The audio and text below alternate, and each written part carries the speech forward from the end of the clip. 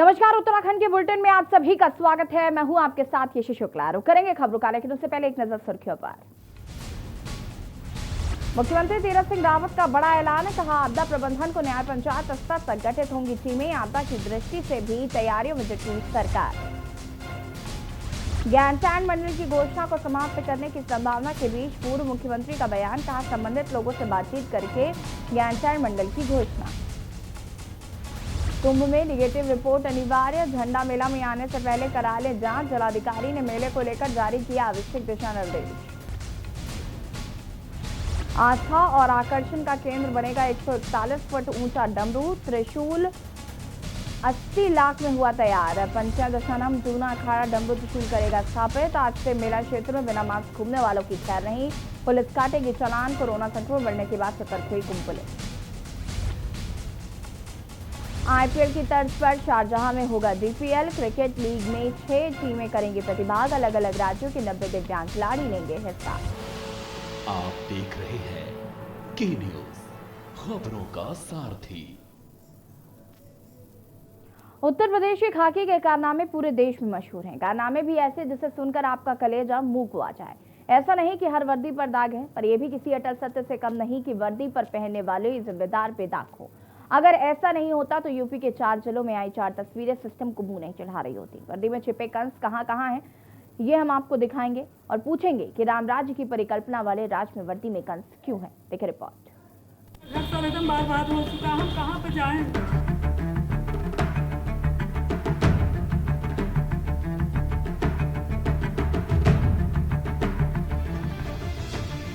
राम राज्य का वादा था, राम राज्य लाने का इरादा था, लेकिन खाकी वर्दी के रावणों ने राम राज्य के सपने चकनाचूर करने में कोई कोर कसर नहीं छोड़ी। छींटे जब सरकार पर आए तो वर्दी में सुधार के लिए कमिश्नरी सिस्टम की कील ठोक दी गई। यूपी सरकार की अपराधियों को ठोक तो नीति खाकी को इतनी रास आई कि खाकी बेलगाम हो गई। लगाम ऐसी छूटी कि वर्दी में खुदगर्जी और मनमर्जी दोनों ही आ गई। बात यहीं तक रहती तो गनीमत थी, लेकिन बात तो थाने और जेल में हत्या तक पहुंच गई। पहले 4 जिलों की ये तस्वीरें देख लीजिए। गाजीपुर, अंबेडकर नगर, एटा, बस्ती। 4 जिलों की ये तस्वीरें बताने के लिए काफी हैं कि खाकी के काम करने का तरीका कैसा है।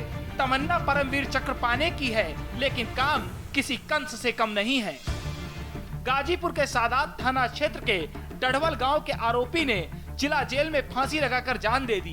परिवार वालों ने पीट पीट कर हत्या कर 100 लटकाए जाने की बात कही, लेकिन किसी की क्या मजाल कि खाकी से कोई सवाल पूछ ले। अंबेडकर नगर में एसओजी पुलिस टीम द्वारा संदिग्ध परिस्थितियों में हिरासत में लिए गए युवक के साथ तो हद ही पार कर दी। जियाउद्दीन की इलाज के दौरान मौत हो गई। आजमगढ़ जिले के पवई थाना क्षेत्र से जियाउद्दीन को अंबेडकर नगर की एसओजी टीम ने घर से हिरासत में लिया था, लेकिन टॉर्चर कुछ इतना बढ़ा कि जियाउद्दीन का दम ही निकल गया। सवाल फिर खाकी पर उठे, लेकिन जवाब वही ढाक के 3 पात। एटा जिले में तो खाकी ने नियम कायदों की ऐसी धज्जियां उड़ाई कि इंसानियत के साथ वर्दी भी शर्मसार हो गई। एक विकलांग ढाबा मालिक के ढाबे में पहले 2 पुलिस वालों ने खाना खाया और पैसे देने से मना कर दिया। खाया था 400 रुपए का, बोले 80 देंगे। ढाबे वाले ने 200 से काम चलाने की बात कही। पुलिस वाले बुरा मान गए, बोले जेल भेज देंगे। वहीं मौजूद कुछ लोगों ने भी पैसे देने को कहा तो पुलिस वाले बहस करके चले गए। थोड़ी देर बाद 15 पुलिस वाले आए और बंदूक की नोक पर विकलांग ढाबे वाले के 2 भाइयों समेत 10 लोगों को उठा करके ले गए। सभी के खिलाफ एफआईआर लिखी, 10 लोगों को गैंग का हिस्सा बता दिया और लूट की योजना बनाने का केस ठोक दिया। सभी को एक एनकाउंटर में पकड़ने की झूठी पटकथा लिख दी। जब इतने से भी जी नहीं भरा तो अवैध शराब की तस्करी, मादक पदार्थ की तस्करी दिखाते हुए हिस्ट्री शीटर बना दिया। बस्ती में जिले इलाही की कहानी तो इससे भी अलग है। बस्ती जिले के पोखर भिटवा गांव में पहले तो पूर्व थाना अध्यक्ष ने लड़की का मांस के नाम पर चालान किया, फिर नंबर लिया और नंबर के बाद अपनी रास लीला शुरू कर दी। फोन पर आए दिन कॉल और मैसेज से दरोगा साहब का एक तरफा इश्क परवान चढ़ने लगा। लड़की ने मना किया तो पूरे परिवार पर मुकदमा ठोक दिया। इतने से भी जब जी नहीं भरा तो पूरे परिवार को जेल की हवा खिला दी। वाह री खाकी, बस नहीं चला, नहीं तो जिले इलाही फांसी पर चढ़ा देते। ये कुछ तस्वीरें बताने के लिए काफी हैं कि खाकी वर्दी में छिपे हैं कुछ कंस। इनका क्या होगा ये राम राज्य लाने वाले ही जाने। सूबा पूछ रहा है ऐसे कंसों का अंत कब होगा। स्पेशल डेस्क के न्यूज इंडिया। फिलहाल यहाँ पर वक्त हो गया एक छोटे से ब्रेक का, जल्द हाजिर होंगे। आप देख रहे हैं के न्यूज, खबरों का सारथी। मिलकर कदम उठाएं और नए कल की ओर बढ़ें। LIC प्रस्तुत करते हैं पुरुषों के लिए आधार स्तंभ व महिलाओं के लिए आधारशिला योजना। 75,000 से 3 लाख रुपए तक की बीमा राशि। अधिक जानकारी के लिए निकटतम LIC शाखा से संपर्क करें। आप देख रहे हैं के न्यूज, खबरों का सारथी। ब्रेक के बाद एक बार फिर से आप सभी का स्वागत है। होली का त्योहार नजदीक आते ही अवैध शराब कारोबारी बड़े स्तर पर शराब तस्करी करते हैं, जिन पर अंकुश लगाने के लिए जिले के मुखिया ने सख्त निर्देश दिए हैं, जिसके बाद ITI थानाध्यक्ष और कुंडेश्वरी चौकी इंचार्ज दोनों एक्शन मोड में दिखाई दे रहे हैं। निर्देश मिलते ही कुंडेश्वरी चौकी इंचार्ज दीपक कौशिक ने अवैध कच्ची शराब के कारोबारी कार्रवाई करते हुए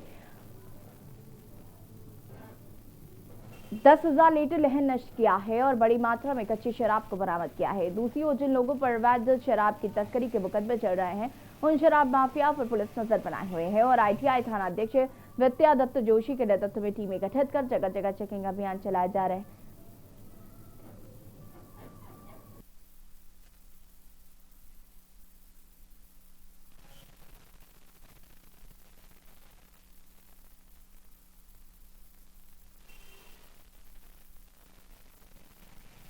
ये आगामी होली के त्यौहार को लेके एक सौहार्द मीटिंग भी कराई गई है और उसमें जो ये शराब को लेके जो लोग ज़्यादा शराब का कारोबार थोड़ा सा ज़्यादा चलता है होली में, तो उसको लेके पुलिस द्वारा जो है जगह जगह पर अपनी टीमें बना के चेकिंग अभियान शुरू किया है और ऐसे लोगों को चिन्हित भी कर रहे हैं जो लोग इस कारोबार में पिछले कई सालों से जो प्रकाश में आए हैं, उन लोगों को हम चिन्हित कर रहे हैं। अगर ऐसी कोई सूचना है तो उस पर तुरंत कार्रवाई की जा रही है।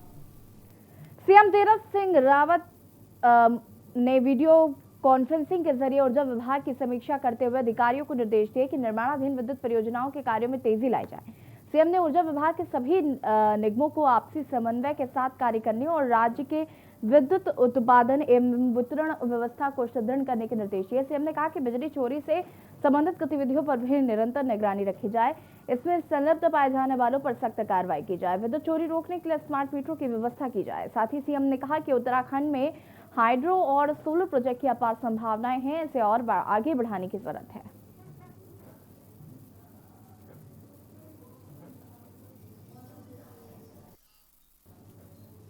मुख्यमंत्री तीरथ सिंह रावत ने गैरसैंण कमिश्नरी को लेकर सरकार का रुख स्पष्ट किया है। सीएम तीरथ का कहना है कि जो भी फैसला लिया जाएगा जनता के मद्देनजर रखते हुए लिया जाएगा, जिस पर भाजपा प्रदेश प्रवक्ता विनोद सुनियाल भी अपनी प्रतिक्रिया देते हुए उन्होंने कहा कि गैरसैंण कमिश्नर के मामले में जनता में मतभेद नजर आ रहा था, कोई इसके पक्ष में है तो कोई विपक्ष में, इसलिए अभी उस पर पुनर्विचार किया जाएगा।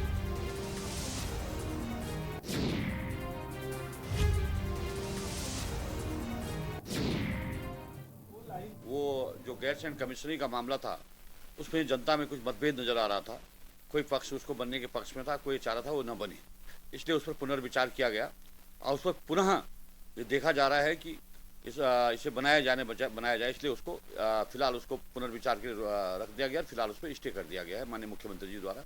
और वो क्योंकि वो कोई भी सरकार हो, लोकतंत्र में रोल बैक करने में ज़्यादा परेशानी नहीं होनी चाहिए। तीरथ सिंह रावत ने गैरसैंण कमिश्नरी को लेकर के सरकार का रुख स्पष्ट किया है।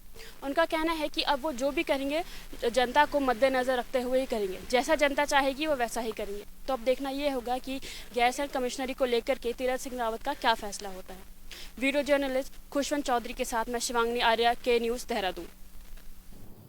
उत्तराखंड में होने वाले विधानसभा चुनाव को फतेह करने के लिए बीजेपी ने तैयारियां तेज कर दी हैं और इसी के तहत मुख्यमंत्री तीरथ सिंह रावत ने नए सिरे से मंत्रियों को जिलों का दायित्व सौंप दिया है, जिसके तहत शिक्षा मंत्री अरविंद पांडे और राज्य मंत्री डॉक्टर धन सिंह रावत को पहले की तरह दो जिलों का प्रभारी मंत्री बना दिया गया है, जबकि अन्य मंत्रियों को एक एक जिले की जिम्मेदारी दी गई है। वहीं बीजेपी प्रदेश उपाध्यक्ष डॉक्टर दिव्येंद्र भसीन ने बताया कि राज्य के सभी 11 मंत्रियों को अलग अलग जिलों की जिम्मेदारी दी गई है और सभी प्रभारी मंत्रियों की जिम्मेदारी जिलों में विकास कार्यों की निगरानी और विकास को गति देने की होगी।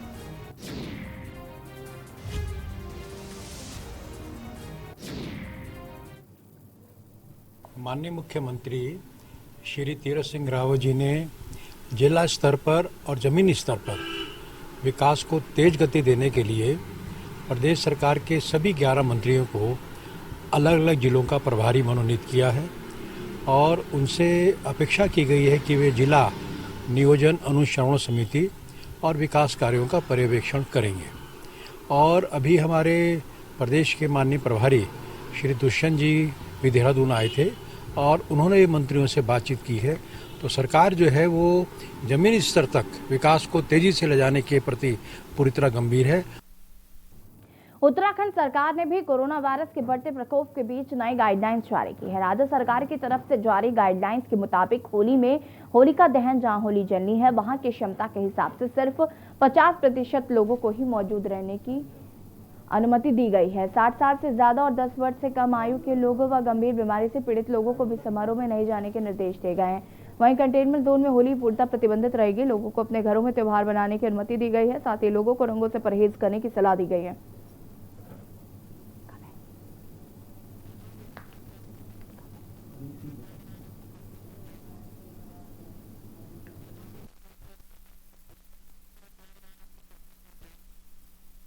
देखिए, जिस प्रकार से हम देख रहे हैं कि कोविड का एक बार 2020 में बिल्कुल एक अज्ञात शत्रु के साथ हम लोग सब रह रहे थे और बड़ा एक समय ऐसा भी आया जब बिल्कुल कोविड पीक पे चला गया और एक दौर फिर 2021 में ऐसा आया कि जो वो पीक था वो समापन की ओर गया।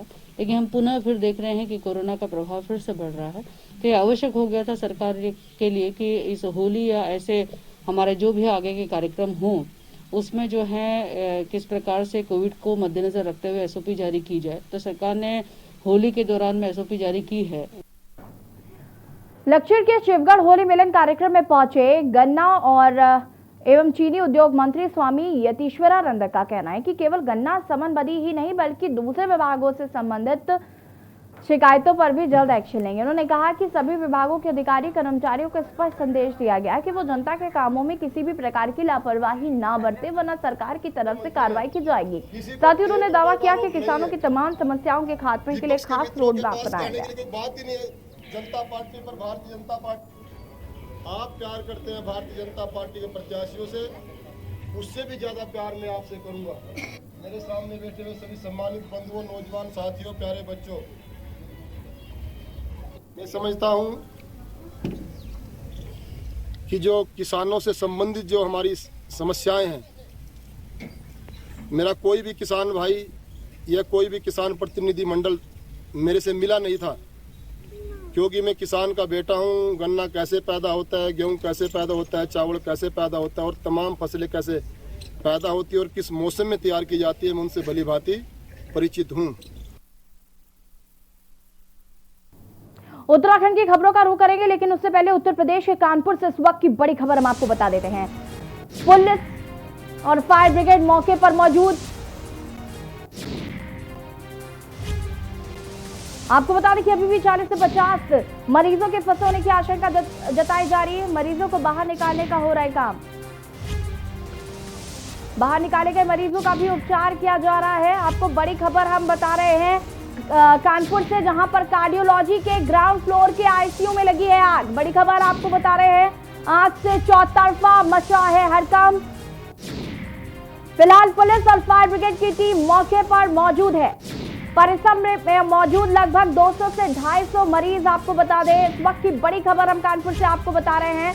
पुलिस और फायर ब्रिगेड, ये तस्वीरें हम आपको दिखा रहे हैं। आप तस्वीरों से अंदाजा लगा सकते हैं कि आग कितनी भयानक रही होगी। यहाँ पर आप देख सकते हैं कि सारे सिस्टम जलकर राख हो गए हैं यहाँ पर, और फायर ब्रिगेड की टीम, पुलिस आला अधिकारियों का अमला यहाँ पर मौजूद है और लोगों को बाहर निकाला जा रहा है। और आपको बता दें कि अभी भी 40 से 50 लोगों के फंसे होने की आशंका जताई जा रही है। ये तस्वीरें हम आपको दिखा रहे हैं जहां पर रेस्क्यू कार्य चल रहा है। ये कार्डियोलॉजी की तस्वीरें हैं जहां पर भीषण आग लग गई। एक्सक्लूसिव तस्वीरें हम आपको दिखा रहे हैं। आपको बता दें कि सूत्रों के वालों से जो खबर मिल पा रही है वो ये भी कि एक मरीज की दम घुटने से मौत भी हो गई है, ऐसी खबर सामने आ रही है। एक्सक्लूसिव तस्वीरें हम आपको दिखा रहे हैं। आईसीयू में ये आग लगी है और आग लगने के कारणों का पता अभी तक नहीं चल पाया है। फिलहाल फायर ब्रिगेड की टीम मौके पर मौजूद है और लोगों को बाहर निकाला जा रहा है। अभी भी 40 से 50 लोगों के फंसे होने की आशंका जताई जा रही है। कार्डियोलॉजी की ये तस्वीरें जहां पर आग लग गई, कानपुर का कार्डियोलॉजी जहां पर आग लग गई है। पुलिस और फायर ब्रिगेड की टीम मौके पर मौजूद हैं और इसी खबर पर ज्यादा जानकारी के साथ ब्यूरो चीफ सुनील गुप्ता जी हमारे साथ जुड़ चुके हैं। सुनील जी, कार्डियोलॉजी में आग लग गई, क्या कुछ जानकारी मिल पा रही है अभी तक?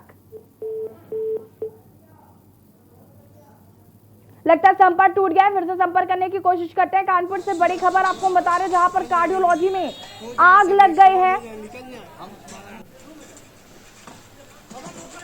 तस्वीरें हम आपको दिखा रहे हैं, लगातार रेस्क्यू कार्य चल रहा है, रेस्क्यू किया जा रहा है लगातार मरीजों को। आप तस्वीरें, ये अंदर आईसीयू की तस्वीरें आप देख सकते हैं, यहाँ पर हर एक चीज जलकर खाक हो चुकी है, लोगों को बाहर निकाला जा रहा है। तस्वीरें आपके सामने, आप स्थिति का अंदाजा लगा सकते हैं।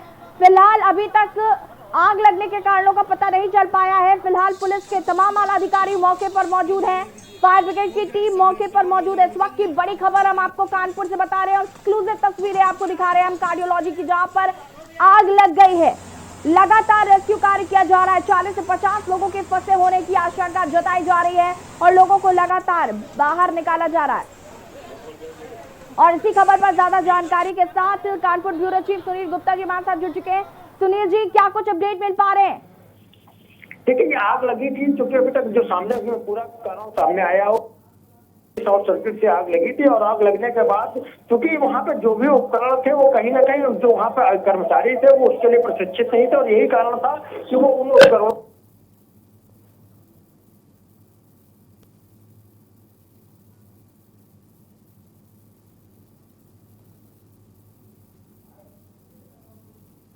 लगता है सुनील जी से संपर्क नहीं हो पा रहा है, उन्हें फिर से संपर्क करने की कोशिश करते हैं। फिलहाल बड़ी खबर हम आपको कानपुर से बता रहे हैं, जहां पर कार्डियोलॉजी ग्राउंड फ्लोर आईसीयू में आग लग गई है। 40 से 50 लोगों के फंसे होने की खबर और शॉर्ट सर्किट बताई जा रही है आग लगने की वजह।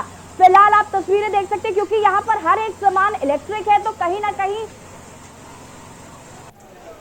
इफेक्ट जो है वो ज्यादा देखने को मिल रहा है। और आपको बता दें कि 40 से 50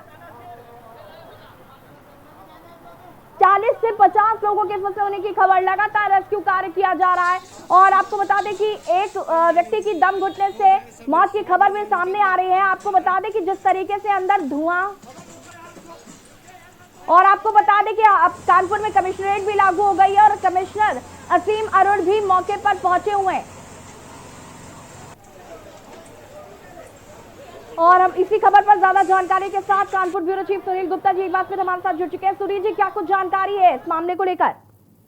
देखिए, कार्डियोलॉजी का ये जो आईसीयू है, यहाँ पर हमेशा 200 से 250 मरीज हमें एक समय में भर्ती रहते हैं। लेकिन बड़ी बात यह है कि आज यहाँ पर जब शॉर्ट सर्किट हुआ, उस दौरान एक कर्मचारी ने सूचना दी जा करके कि वहाँ पर आग लग रही है, आग बढ़ सकती है। लेकिन इसको कहीं ना कहीं अनसुना किया गया। वहाँ के जो वरिष्ठ अधिकारी थे उन लोगों ने इसको अगर तत्काल इस पर अमल किया होता तो शायद ये आग इतनी बड़ी ना हो पाती। लेकिन कहीं ना कहीं उनकी लापरवाही रही। और बड़ी बात ये भी सामने आ रही कि जो कर्मचारी थे उन लोगों को ये जो वहाँ पर फायर फाइटिंग को वहाँ पर उपकरण लगे हुए थे, सभी उनको किसी को भी उनको इसके बारे में जानकारी नहीं थी, वो किस तरीके से उनको चलाया जाता है। ये जरूर था कि वहाँ फायर फाइटिंग जो उपकरण थे उनको लगा दिया गया था, लेकिन कभी भी किसी को भी प्रशिक्षण नहीं दिया गया था। और यही कारण था कि वो जब उसको चला नहीं पाए तो वो उनको फायर ब्रिगेड को सूचना जब तक दी गई, और क्योंकि फायर ब्रिगेड को आते आते काफी समय लग गया, और यही कारण इसके चलते आग ने विकराल रूप धारण कर लिया। और जब तक मरीजों को बाहर निकाला जाता उससे पहले ये आग ने काफी बड़ा रूप धारण कर लिया, और देखते देखते आईसीयू को पूरे आईसीयू को चपेट में ले लिया। इस दौरान हालांकि जो वहाँ के कर्मचारी थे और जो आसपास के जो दूसरे अस्पतालों के कर्मचारी थे वो भी वहाँ पहुंच गए थे। सभी ने उनके जो तीमारदार थे उन सभी को बुला करके किसी न किसी तरीके से उनको स्ट्रेचर पे या उनको बेड सहित जल्दी जल्दी उनको बाहर निकाल लिया। हालांकि कहा जा रहा है कि कोई भी कैजुअलिटी नहीं हुई, लेकिन एक जो हमीरपुर का एक परिवार है उनका ये दावा है कि जो तेज चंद है वो वहाँ पर भर्ती थे, उनकी दम घुटने से मौत हो गई। फिलहाल डेड बॉडी को अस्पताल से बाहर निकाल करके पीछे के हिस्से में रखा गया है, और आग बुझाने का पूरा जो प्रयास था वो लगातार जारी था। अब आग पर पूरी तरीके से काबू पा लिया गया है। लेकिन जो आग की स्थिति, इस विकराल स्थिति को देखते हुए कहा जा रहा है कि अंदर जो स्थितियां अब नजर आ रही हैं उसमें एक चीज स्पष्ट हो चुकी है कि अब आईसीयू में कुछ भी कोई उपकरण सुरक्षित नहीं बचे हुए हैं, सबके सब जलकर खाक हो गए। क्योंकि अब वहाँ पर वरिष्ठ अधिकारियों की, उसके साथ साथ कार्डियोलॉजी के जो डॉक्टर हैं वो सभी टीम वहाँ पे मौके पर है और ये आग लगने का कारण वो जानने का प्रयास कर रहे हैं। हालांकि जो वहाँ पे जो तकनीकी अधिकारी पहुंचे हुए उनका यही मानना है कि कहीं ना कहीं शॉर्ट सर्किट से आग लगी थी और आग चूंकि कहीं थोड़ी थी लेकिन कुछ ना कुछ कर्मचारियों की लापरवाही रही जिसके चलते उन्होंने इस थोड़ी सी आग पर ध्यान नहीं दिया और उसके बाद ये आग बढ़ती गई जिसके चलते इतना बड़ा रूप धारण कर लिया। हालांकि ये जरूर है कि जो इस आग को देख करके माना जा रहा था कि बड़ी स्थिति खराब हो सकती है, उसमें कहीं ना कहीं जो दमकल की टीम थी उसने पहुंच करके उस पर काबू पा लिया है और फिलहाल अभी अन्य किसी प्रकार के और जो भी मरीज भर्ती थे 200 से 250 मरीज सभी को सुरक्षित बाहर निकाल लिया गया। सिर्फ एक मरीज की जो मौत होने की बात कही जा रही है वो, हालांकि उस पर डॉक्टरों का दावा है कि उस मरीज की मौत जो है वो आग लगने से पहले हो चुकी थी, लेकिन परिवार वालों का कहना है कि नहीं, जब आग लगी है उसके बाद ही उनको निकाला गया। ये जांच का विषय है कि उसकी मौत कैसे हुई, इसको लेकर के फिलहाल अधिकारी अभी कुछ भी बोलने को तैयार नहीं है।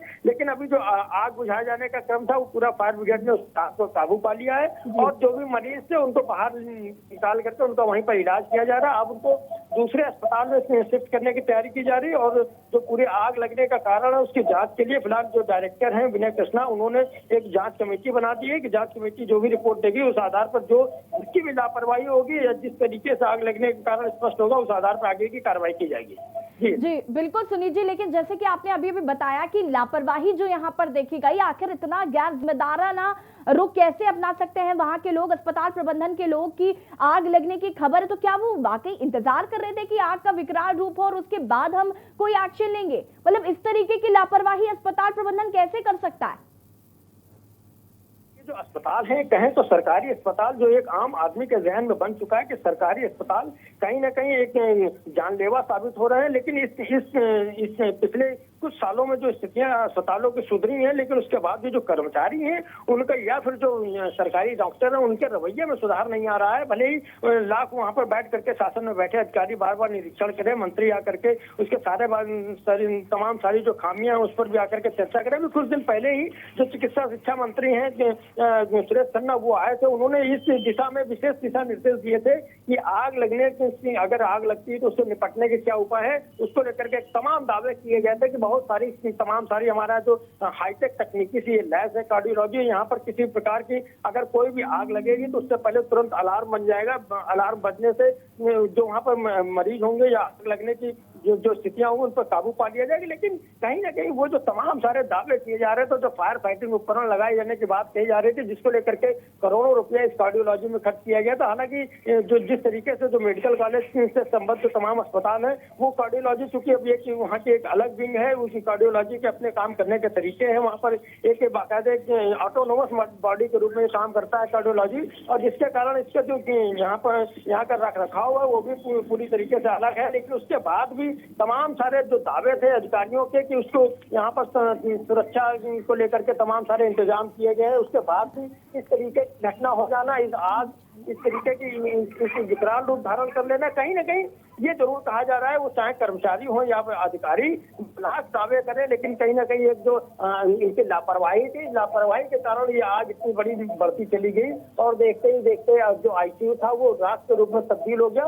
लेकिन इस पूरे मामले में कहीं ना कहीं एक चीज ये स्पष्ट हो जाती है, या तो वो जो फायर फाइटिंग उपकरण लगा करके वहाँ पर दावे किए जा रहे थे कि इनके ये सेंसर युक्त फायर फाइटिंग उपकरण यहाँ पर लगाए गए हैं, और ये फायर फाइटिंग उपकरण लगने के बाद अगर कहीं पर जरा सी भी धुआं भी उठेगा तो भी ये वहाँ पर अलार्म बजने लगेंगे और पूरे अस्पताल पर फ्लड मोड पर चला जाएगा, और जो पानी के वहाँ पर जो तमाम सारे टैंक लगाए गए हैं वो सारे अपने आप सारे वाल्व खुल जाएंगे और उसके बाद आग पे अपने आप काबू हो जाएगी। लेकिन जो तमाम सारे दावे थे, जो हाईटेक उपकरण लगाए जाने की बात तमाम दावे किए जा रहे हैं, तो वो कहीं ना कहीं खोखले साबित हुए, जिसके कारण ये इतनी बड़ी घटना हो गई। अगर शायद वो या फिर कहीं ना कहीं एक चीज ये भी निकल करके सामने आ रही है, जिस कंपनी ने इस फायर फाइटिंग उपकरण लगाए थे या तो कहीं ना कहीं वो कंपनी विश्वसनीय नहीं है, या फिर उसमें कहीं ना कहीं एक बड़े कमीशन बाजी का भी खेल हुआ है कि अगर इतने बड़े दावे किए जा रहे थे, इतना बड़ा उसको पूरा हाईटेक तरीके से उसमें अंदर चारों तरफ से पैक कर दिया गया था, जिसमें एक भी कहीं से भी